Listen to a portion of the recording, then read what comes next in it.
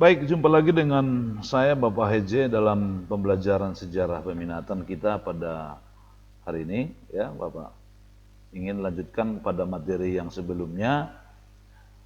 Kita sekarang masuk ke kerajaan maritim di Indonesia yang bercorak Islam, ya. Di sini bisa kita lihat beberapa kerajaan tersebut, ada Kerajaan Perlak, Samudra Pasai, Kerajaan Aceh, Demak, ada Mataram Islam, Kerajaan Banten dan Gorontalo serta Kerajaan Ternate dan Tidore. Kita lihat yang pertama Kerajaan Perlak. Kerajaan Perlak oleh beberapa ahli dinyatakan bahwa kerajaan ini adalah kerajaan Islam yang pertama di Indonesia.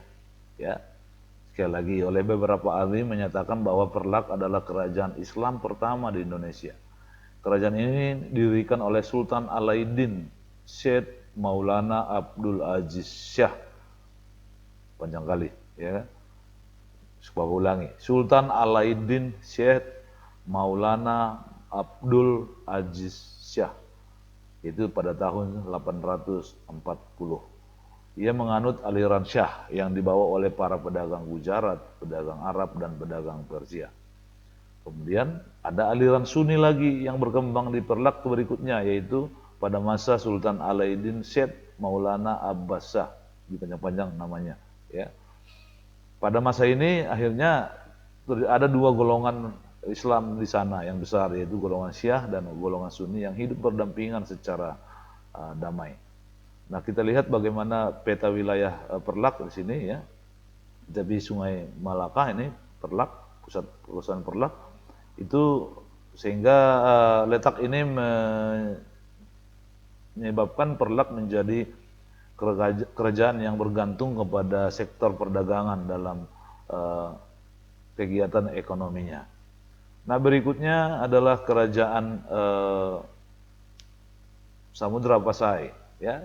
Kerajaan ini didirikan oleh Marasilu atau Malik al-Saleh, ya, atau Malikul Saleh, ya, pendiri kerajaan Samudra Pasai yang memerintah tahun 1285 sampai 1297. Nah, pada masa pemerintahannya Sultan Malik al-Saleh berusaha menjadikan Samudra Pasai sebagai pusat perdagangan dan pusat agama Islam di Sumatera bagian utara. Nah, letak daripada Samudra Pasai yang strategis juga di Selat Malaka, ya. Kalau kita lihat peta tadi sebelumnya ini, di sini juga, ya, di sekitar ini antara Lamuri dan Pedir, ini wilayah Samudra Pasai. Oke. Nah, juga sama seperti Perlak, juga karena letaknya di tepi sungai, di tepi Selat Malaka, maka Samudra Pasai juga menitik beratkan kegiatan ekonominya di sektor perdagangan laut. Oke. Nah, setelah Sultan Malik as-Saleh wafat, kerajaan Samudra Pasai dipimpin oleh Muhammad Malik az-Zahir sampai memerintah tahun 1297 sampai dengan 1326. Kemudian pada masa pemerintahannya lah kerajaan Samudra Pasai akhirnya bersatu dengan kerajaan Perlak. Oke, itu. Yang ketiga adalah kerajaan Aceh atau Aceh Darussalam. Nah, bagaimana kehidupan politiknya? Ya, kehidupan politik digambarkan yaitu kerajaan Aceh mencapai puncak kejayaannya pada masa Sultan Iskandar Muda memerintah. Dan pada masa Sultan Iskandar Muda lah bangsa Eropa atau bangsa Portugis menginjakkan kakinya di Selat Malaka. Selat Malaka pada masa itu ada di bawah kekuasaan kerajaan Aceh, sehingga kedatangan Portugis akhirnya menyebabkan Aceh berperang dengan Portugis. Nah, kehidupan ekonominya, ya, tanaman lada merupakan komoditas perdagangan yang utama dari Aceh. Kemudian kekayaan kerajaan Aceh diperoleh dari aktivitas monopoli perdagangan lada yang ada di Selat Malaka, dan itulah yang ingin dikuasai oleh bangsa Portugis yang datang itu, ya. Sehingga terjadilah perang antara Aceh dan Portugis. Kemudian kehidupan sosial. Kehidupan masyarakat Aceh diatur berdasarkan hukum dan syariat Islam. Kemudian masyarakat Aceh dibagi atas dua golongan, yaitu golongan bangsawan dengan gelar teuku, ya, dengan gelar teuku, dan golongan ulama bergelar tengku. Jadi kalau kita kita lihat sekarang ada panggilan tengku kepada orang Aceh, ya, berarti dia adalah keturunan dari ulama. Kalau dia bangsawan dengan gelar apa tadi? Iya, teuku. Oke, Kerajaan Demak. Nah, Kerajaan Demak adalah sebuah kerajaan Islam pertama di Jawa. Tadi 3 kerajaan tadi di Sumatera. Ya. Ini kita masuk ke kerajaan Islam di Jawa. Nah, kerajaan tertua Islam yang ada di Pulau Jawa adalah Kerajaan Demak yang didirikan oleh Raden Patah dan menjadi kerajaan Islam pertama di Pulau Jawa. Demak terletak di pesisir utara Pulau Jawa, sehingga sama umumnya seperti negara kerajaan-kerajaan lain, Demak juga menitik beratkan sektor perdagangan maritim dan juga ditambah dengan agraris atau pertanian. Nah, yang berikut Kerajaan Mataram Islam. Tadi kemarin ada Kerajaan Mataram Hindu atau Mataram kuno. Sekarang ketika bercorak Islam, maka muncul Kerajaan Mataram Islam yang didirikan oleh Ki Ageng Pamanahan pada abad ke-16 Masehi. Dalam perkembangannya, Kerajaan Mataram Islam berhasil mengembangkan wilayah kekuasaannya sampai dengan Pulau Jawa secara keseluruhan dan Madura seperti di peta ini, ya. Nah, Kerajaan Mataram berhasil mencapai puncak kejayaannya ketika Sultan Agung memerintah, ya. Nah, di masa Sultan Agung ini terjadi peperangan terhadap POC. Nah, berarti bisa kita tambahkan bahwa pada masa Kerajaan Mataram Islam sudah masuk bangsa Belanda berdagang di Indonesia. Bahkan sudah berdiri persekutuan dagang Belanda di Indonesia. Nanti pada pelajaran sejarah Indonesia tentu sudah pernah kita bahas bagaimana keberadaan POC di Indonesia. Nah, pada masa Sultan Agung terjadi peperangan dengan POC. Ya, bahkan Sultan Agung pernah 2 kali di sini menyerang POC, yaitu tahun 1628 dan 1629. Oke, kita berikutnya adalah Kerajaan Banten. Ya, Kerajaan Banten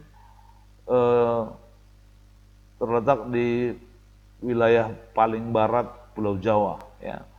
Merupakan sebuah kerajaan yang terletak di tepi laut, sehingga tentu saja sektor perdagangan laut menjadi sektor yang utama di sana, ya.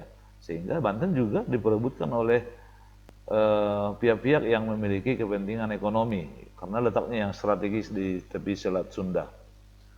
Nah, Kerajaan Banten mencapai puncaknya ketika masa pemerintahan Sultan Ageng Tirtayasa, yaitu memerintah tahun 1651 sampai 1682. Sultan Ageng Tirtayasa berusaha memajukan perdagangan Kerajaan Banten dengan cara apa? Membangun armada laut yang kuat untuk menjaga keamanan di Selat Sunda. Nah, bisa kita lihat gambar di sini bagaimana ilustrasi daripada perdagangan atau kehidupan perdagangan di Kerajaan Banten sekitar abad ke-15, ya, 15 Masehi. Nah, kerajaan bercorak Islam yang berikutnya adalah Kerajaan Goa Tallo. Nah, kerajaan ini disebut juga Kerajaan Makassar.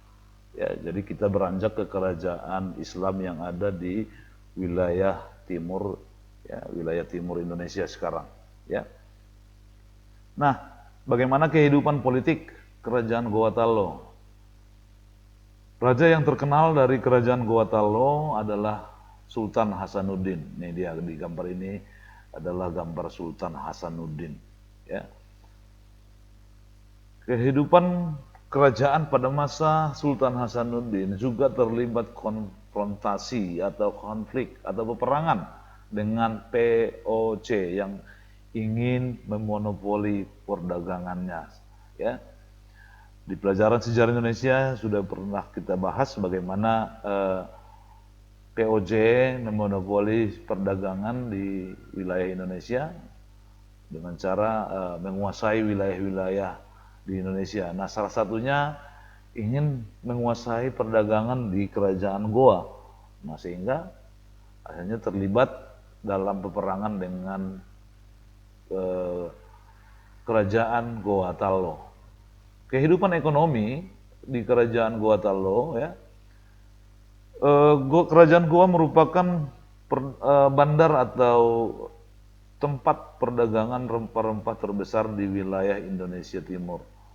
Kemudian kerajaan Goa juga memiliki hukum perdagangan yang bersifat mengikat, sehingga ini salah satu nanti yang menyebabkan konflik dengan POC.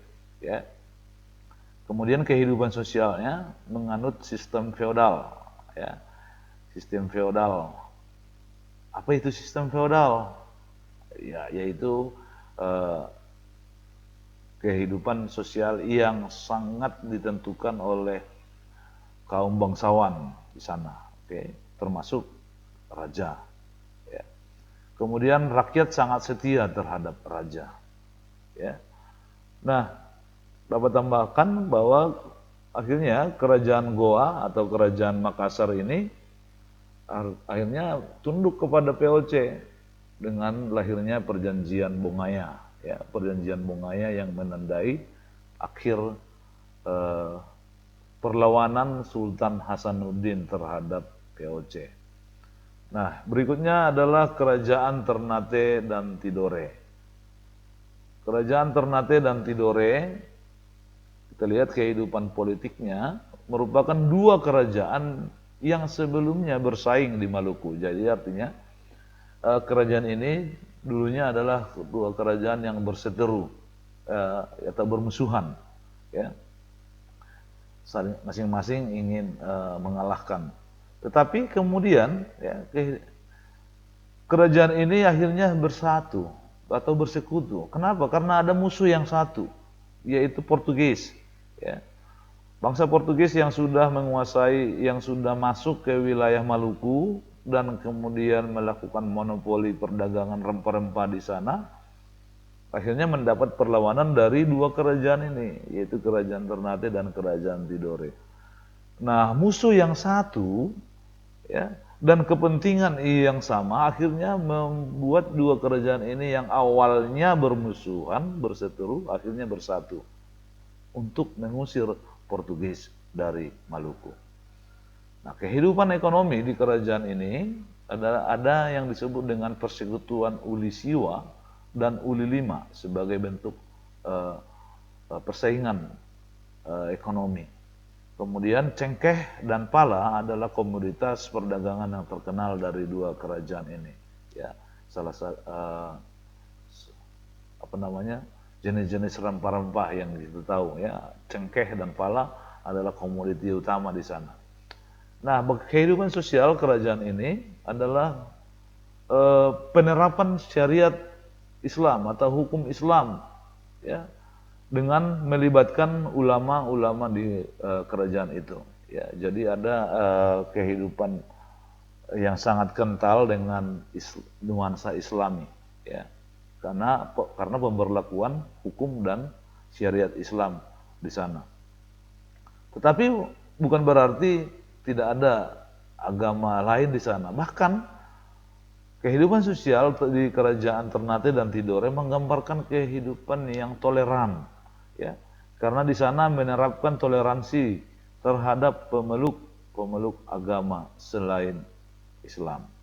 Ya, jadi itu dia yang bisa kita lihat kerajaan Ternate dan Tidore. Nah, ini saja yang ingin yang bisa Bapak sampaikan untuk pertemuan kita kali ini. Nah, jadi nanti kalian ulang lagi di rumah tugas-tugas yang sudah Bapak sebutkan tadi, coba dibuat secara mandiri, ya. Kemudian nanti kalau ada penjelasan atau ada materi yang kurang paham, coba dipertanyakan nanti di grup kelas kita, baik di WhatsApp ataupun di aplikasi belajar kita. Nah, untuk minggu depan atau pertemuan kita berikutnya, kita akan masuk kepada pengaruh, ya, pengaruh kerajaan itu, baik kerajaan-kerajaan Hindu maupun kerajaan Islam di kehidupan masyarakat Indonesia, bahkan sampai sekarang. Oleh karena itu, sebelum kita masuk ke sana, ada baiknya anak-anak kami untuk terlebih dahulu membaca dan hal-hal yang berhubungan dengan pengaruh kerajaan-kerajaan bercorak Hindu-Buddha dan bercorak Islam di Indonesia. Baik, Bapak akhiri untuk pertemuan kita kali ini, dan sampai jumpa. Semoga harinya tetap hari yang bahagia. Baik, selamat siang.